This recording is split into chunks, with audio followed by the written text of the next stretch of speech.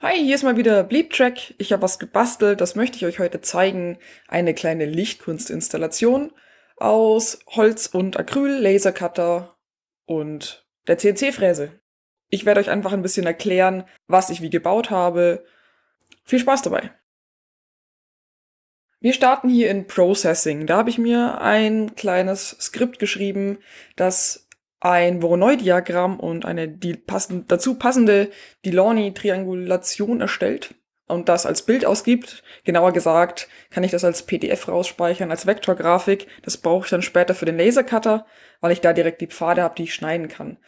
Und ich lasse jetzt gerade das Skript einfach ein paar Mal laufen, weil das zufällige Punkte setzt und ich jetzt darauf warte, dass irgendwie ein Bild rausfällt, von dem ich denke, dass es sich dann später sehr gut eignet. Neben dem Voronoi-Diagramm gibt es noch zwei andere Schaubilder. Einmal eine Mandelbrotmenge, dazu habe ich ja auch schon mal ein eigenes Video gemacht.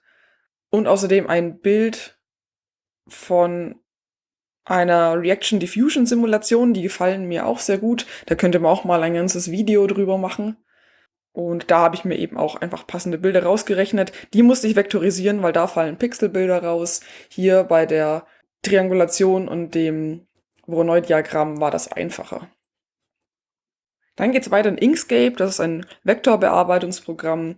Hier kann ich dann die Pfade so anpassen, damit es mit dem Lasercutter gut funktioniert. Außen gibt es einen Rahmen, der soll bei allen Schaubildern gleich sein und diese Schaubilder sollen später beleuchtet werden.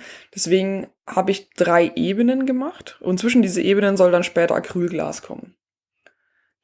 Die Acrylglasebene ist dann ein bisschen kleiner, ein bisschen versetzt, damit man die unten nicht sieht, aber die soll praktisch immer die Schichten zwischendrin beleuchten. Hier sieht man jetzt zum Beispiel die Mandelbrotmenge-Schichten, die ich mir gemacht habe. Und die sollen jetzt zum Lasercutter kommen. Dazu benutze ich VisiCut. Das ist ein schönes kleines Tool, das von einer Hochschule entwickelt wurde. Und hier kann ich jetzt einfach meine Daten angeben. In dem Fall möchte ich alles schneiden, muss noch ein bisschen für den Lasercutter angeben, mit welchen Settings ich das genau machen möchte. Ja, als nächstes suche ich mir hier in meinem lokalen Hacker- und Makerspace, dem Verschwörhaus, ein bisschen Holz aus, das ich zum Cutten benutzen kann. Das ist ganz einfaches Bastelsperrholz aus dem Baumarkt. Man muss immer ein bisschen gucken, wenn die so aufrecht stehen, gelagert werden, ist das eigentlich gar nicht so gut, weil da haben die Tendenz, sich zu verziehen. Und der Lasercutter hat ja auch einen Fokuspunkt. Und wenn das Holz sich also wellt, dann ist es sehr leicht aus dem Fokus und dann dann brennt der Laser eher, als dass er schneidet. Das möchte man natürlich nicht. Ja, ich habe mir hier für dieses große Stückchen Holz entschieden. Das wird einfach oben links in die Ecke angepasst. Und dann muss ich noch ein paar Sachen vornehmen. Man sieht schon, mein Job 1 ist angekommen am Lasercutter, den ich vorhin verschickt habe. Jetzt mache ich so einen roten Führungslaser an und mache die Motoren aus, damit ich den Nullpunkt von Hand nochmal setzen kann. Und den setze ich hier oben in die linke Ecke. Da ist er eigentlich schon von alleine, aber manchmal stimmt er nicht so ganz, deswegen setze ich den immer von Hand nochmal neu.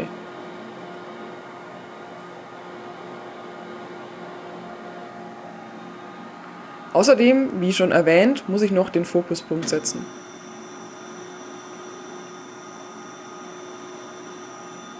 Dazu kann ich jetzt dann einfach die Höhe vom Bett verstellen und es gibt diese kleine Feder, die hilft mir bei der Ausrichtung. Die sollte genauso ein bisschen auf dem Holz aufliegen, beziehungsweise man kann die auch so einstellen, dass der Fokuspunkt praktisch in der Mitte des Holzes liegt, also so, dass die Feder so ganz leicht unter Spannung steht. Jetzt ist es noch viel zu stark, deswegen muss ich das Bett ein bisschen nach unten fahren, so dass die Feder eben gerade so ein bisschen Kontakt hat. Ja, und dann geht's los. Das dauert jetzt eine ganze Weile, bis ich alle Teile ausgekattet habe. Ich muss die immer wieder neu in VisiCut öffnen, den Auftrag vorbereiten, an den Lasercutter schicken und das Ganze eben einmal mit Holz und einmal mit Acryl. So, hier haben wir zum Beispiel einen Schnitt aus Holz. Das ist die besagte Delaunay-Triangulierung. Und man sieht schon ganz gut, dass die einzelnen Teile so ein bisschen runtergefallen sind. Das ist so ein gutes Zeichen, dass der Laser auch wirklich durchgeschnitten hat. Und wenn ich das jetzt raushebe, dann bleiben schon die inneren Stückchen einfach zurück und man kann das einfach hier rausbrechen. Allerdings war hier zum Beispiel ein Problem, sieht man gleich, wenn ich es umdrehe, dass der Laser an nicht allen Stellen richtig durchgekommen ist, weil auf der Rückseite ein Aststück war. Das habe ich vorher nicht gesehen. Das ist ein bisschen ungünstig, da tut sich der Laser härter durchzukommen. Da muss man halt mit dem Cuttermesser ein bisschen nachhelfen. Und hier sind zum Beispiel die ausgeschnittenen Teile für die Mandelbrotmenge.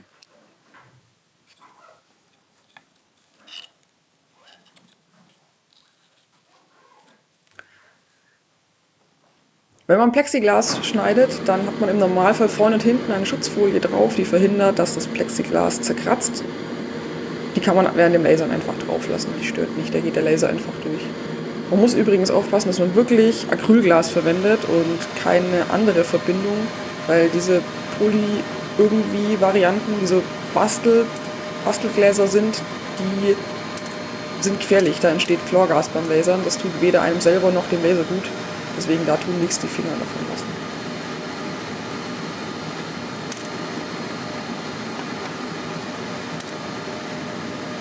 Nachdem ich jetzt dann mal die Acrylteile und die Holzteile ausgeschnitten hatte, konnte ich mal mit meinem Handylicht ein bisschen testen, ob das mit der Beleuchtung so funktioniert, wie ich mir das gedacht habe. Und es sieht tatsächlich schon ziemlich gut aus. Also ich kann die Schichten schön von hinten gegen anleuchten. Ich glaube, das wird eine schöne dekorative Sache. Dann wollte ich mir noch aus der CNC-Fräse ein Holzgehäuse fräsen und wollte das aus Multiplex machen. Und die Multiplex-Platten sind nicht sehr dick, die gibt's in unterschiedlichen Dicken, aber eben sind vielleicht maximal 2 Zentimeter dick. Deswegen habe ich 3 Schichten vorbereitet, in die man dann diese einzelnen Sperrholz- und Acrylglas-Ebenen einlegen kann. Außerdem soll noch eine Node-MCU mit rein. Das ist praktisch eine Art Arduino-Entwicklungsboard, das aber einen Wi-Fi-Chip hat. Mit dem kann ich also auch ins Internet gehen. Ich wollte so ein bisschen, ja, Smart Home-Sachen mit integrieren, dass man mit If This Then That zum Beispiel einfach Aktionen auslösen kann und dann blinken Lichter in einer bestimmten Farbe. Oder ich kann sie hier irgendwie mit Sprachbefehlen an- und ausschalten. Außerdem sollte noch eine Kabelführung entstehen, also eine Art Kabelkanal, wo ich die LED-Kabel gut verbinden kann. Die kleinen Nupsis an der Seite sind Schächte, wo die LEDs reinkommen. Da habe ich mich für LED-Strips entschieden, bei denen man die einzeln ansteuern kann. Da hat dann jede LED ein kleines Schieberegister, wo man die Farbe, die angezeigt werden, so einfach reinschieben kann. Die sind super angenehm mit Arduino zu bespielen. Da gibt es genug schöne Libraries, die das können. Und dann gibt es noch hier 2 kleine Punkte. Da sollen Magneten reinkommen, damit man das Gehäuse super einfach öffnen und schließen kann. Und unten gibt es noch ein Loch, wo das USB-Kabel dann austritt. Das Ganze habe ich dann auch wieder in Inkscape entworfen, weil ich natürlich eine Vektorgrafik möchte für die CNC-Fräse, damit ich da die Pfade einfach entlangfahren kann oder eben Löcher fräsen kann oder Aushöhlungen. Dann geht's weiter. Was ihr hier seht, ist Easel. Das ist ein Webtool für meine CNC-Fräse, bei der ich jetzt einfach die SVGs reinladen kann und für jeden Pfad angeben kann, ob ich genau auf dem Pfad fräsen möchte oder innen praktisch eine Tasche möchte und natürlich auch wie tief. Und das mache ich für alle 3 Dateien und dann kann ich einmal rechts auf Simulieren klicken, dann zeigt er mir schon mal an, welche Pfade er vermutlich abfahren wird. Und wenn es für mich sinnvoll aussieht, dann kann ich einfach weitermachen und muss noch an die Bitgröße angeben, also die Fräskopfgröße. Das entscheidet natürlich, wie der Pfad aussieht. Ja, dann lege ich einfach mal mein Stück Multiplex in die CNC-Fräse und muss natürlich noch gucken, dass hier keine anderen Gegenstände im Weg liegen.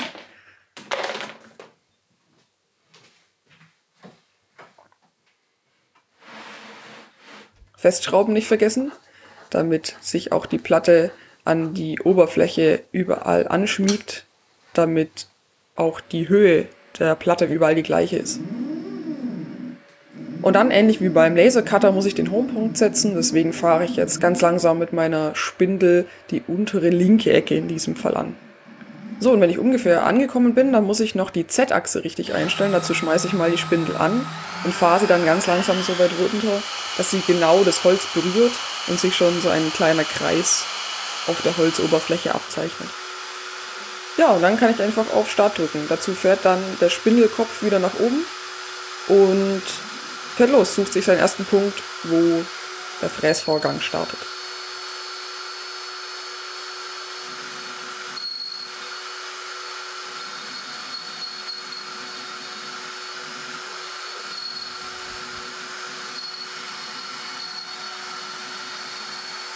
Ja, meine CNC-Fräse ist ein Bausatz gewesen und ich habe bisher keine automatische Absaugung angebracht. Deswegen stehe ich im Normalfall dabei und laufe ab und zu mit so einem Handstaubsauger hinterher und saug die Späne ab, damit da nicht zu viel liegen bleibt. Und genauso fräse ich normalerweise ohne Tabs. Tabs sind kleine Reste, die man einstellen kann, die in der untersten Holzschicht dranbleiben sollen, damit, wenn man hier so einzelne Teile ausfräst, die am Holz stecken bleiben, also nicht komplett losgelöst werden, weil wenn sie sich komplett loslösen, dann ist die Tendenz sehr hoch, dass sie sich verkeilen und die Maschine dann sich selbst schrottet im Endeffekt. Aber im Normalfall stehe ich sowieso dabei, mache keine Tabs, halte die Maschine kurz an, wenn sie durch ist und nehme das dann vorsichtig raus. Das ist mir lieber, weil ich dann weniger Nachbearbeitung habe und die Schnitte schöner sind. Wenn man allerdings sowieso eine automatische Absaugung hat und man eh nicht dabei stehen muss, dann sind Tabs natürlich cool, weil man sich dann um nichts kümmern muss. Würde ich in dem Fall dann auch eher benutzen. Aber nachdem ich, wie gesagt, eh dabei stehen muss und absaugen muss, kann ich auch drauf aufpassen und dann direkt eine schöne Schnittfläche kriegen. Wenn dann, als dann mal die erste Tasche ausgefräst war, habe ich mal geguckt, ob die Sachen auch gut reinpassen. Acryl passt hervorragend. Wie sich herausstellt, passen die Holzteile leider nicht so super. Da ist mir dann schon klar geworden, dass ich da von Hand später nochmal was rausnehmen muss. Im Nachhinein betrachtet wäre es vielleicht klüger gewesen, einfach direkt nochmal mit der CNC-Fräse in dem Moment nachzubessern. Aber ja, man lernt ja an allem. Ja, und so dauert der Fräsvorgang ein paar Stunden. Gehörschutz nicht vergessen. Und einfach abwarten, bis es fertig ist. Okay, endlich Fräsvorgang beendet. Man sieht jetzt hier die 3 Teile, die rausgekommen sind. Zum Teil eben noch sehr grob. Aber mit einem ersten Legetest sieht man schon mal ganz gut, wie das Gehäuse später aussieht. Und die Frontseite ist auch sehr schön geworden. Übrigens bei Multiplex aus dem Baumarkt aufpassen, die haben meistens eine gute und eine schlechte Seite. Und auf der schlechten Seite können dann Astlöcher sein, die mit Holzpatches geflickt werden. Und die möchte man natürlich nicht auf der schönen Vorderseite haben.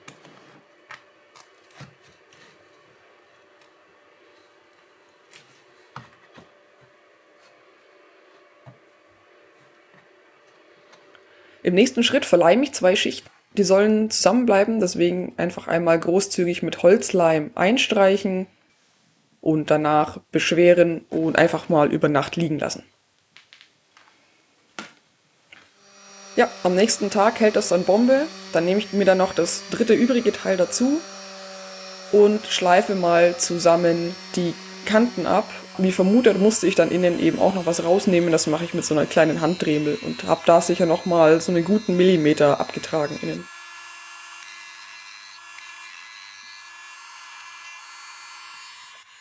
Nachdem ich grob abgeschliffen habe, gibt es nochmal einen kleinen Schliff mit einem besonders feinen Schleifpapier und danach einige Einstriche mit Leinöl zur Versiegelung.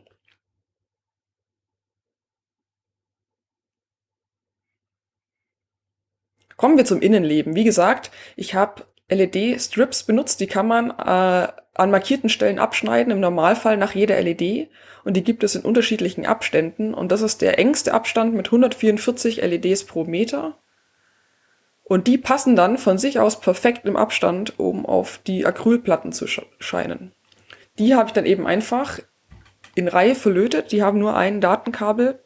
Da muss man einfach der Pfeilmarkierung der Strips folgen. Und eben immer den Ausgang an den Eingang des nächsten löten. Und das Ganze startet einfach direkt von der Node MCU.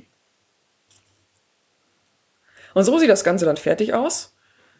Bei Tageslicht beleuchtet jetzt immer von links und rechts eine LED, eine Schicht. Und ich habe 2 Modi programmiert. Die Farbe ist immer zufällig. Und im ersten werden einfach immer zufällige Schichten von zufälligen Bildern angeleuchtet. Und im zweiten werden die 3 Ebenen hintereinander beleuchtet und dann wird ein neues zufälliges Bild mit einer neuen zufälligen Farbe gewählt. Und die beiden Modi, die tauschen sich auch immer gegenseitig, wechseln die sich ab. Man sieht schon, dass das mittlere Bild eigentlich am schlechtesten funktioniert, weil da das Acryl zu filigran ist und sich das Licht nicht wirklich gut drin ausbreiten kann. Da würde ich im Nachhinein, glaube ich, was anderes wählen. Ich bin jetzt aber trotzdem sehr zufrieden mit dem Ergebnis.